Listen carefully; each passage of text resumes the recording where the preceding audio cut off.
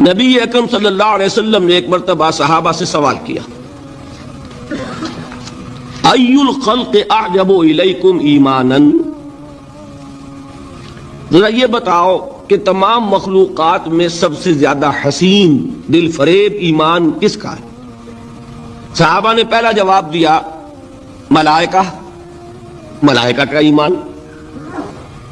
حضور نے فرمایا وما لهم لا يؤمنون وهم عند ربهم، وہ کیسے ایمان نہ لائیں جبکہ وہ تو اپنے رب کے پاس ہے؟ کون سا کمال ہوا ان کا؟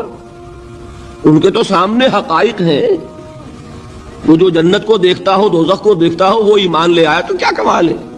وہ تو ابو جہل بھی جب دیکھے گا پکا ایمان لے آئے گا۔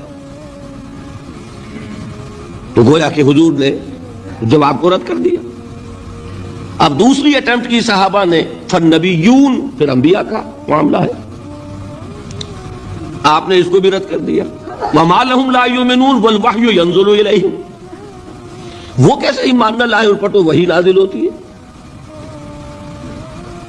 تیسری اٹیمپٹ انہوں نے کی فنحنو، پھر ہم ہیں آپ کے صحابہ، اس کو بھی رد کیا۔ وما لكم لا تؤمنون وانا بین اظہرکم، تم کیسے ایمان نہ لاؤ جبکہ میں تمہارے درمیان موجود ہوں، مجھے دیکھ رہے ہو۔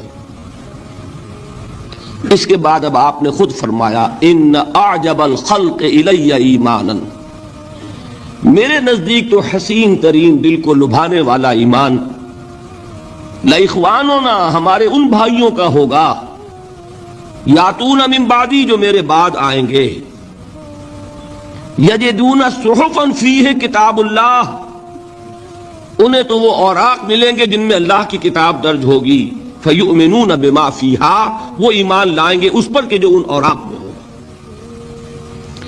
اس سے یہ مغالطہ نہ ہو جائے کہ رتبے کے اعتبار سے ایمان جو ہے صحابہ کا کمتر ہے بعد والوں سے، نہیں۔